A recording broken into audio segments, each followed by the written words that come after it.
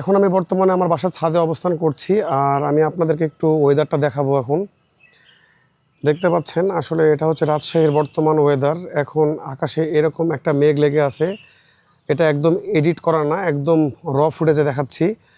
আর বাংলাদেশের বিভিন্ন জায়গাতে বিগত এক সপ্তাহ থেকে শুনছি ঝড় বৃষ্টি হয়েছে।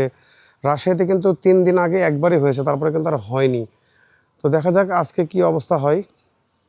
এই পাশে আবার ওয়েদারটা নর্মাল মনে হচ্ছে, কিন্তু এই পাশটা দেখছি, এই পাশটাতে ভালোই মেঘ লেগে আছে। দেখা যাক ঝড় বৃষ্টি হয় কিনা। তো ঝড় বৃষ্টি হওয়াটাও একটু দরকার আমাদের রাজশাহীতে। আসলে বিশেষ করে মশা প্রচুর ডিস্টার্ব করছে, প্রচুর। তো এখনও মশা মারা আসেনি, মশা মারা আসছেও না এলাকাতে, মশা মারা আসছেও না, মশা মারছেও না। দেখা যাক এখন আল্লাহর প্রাকৃতিক নিয়মে যদি বৃষ্টি হয়ে যদি 2-3 দিন একটু মশা থেকে যদি একটু বিরত পাওয়া যায়। ধন্যবাদ। আসসালামু আলাইকুম।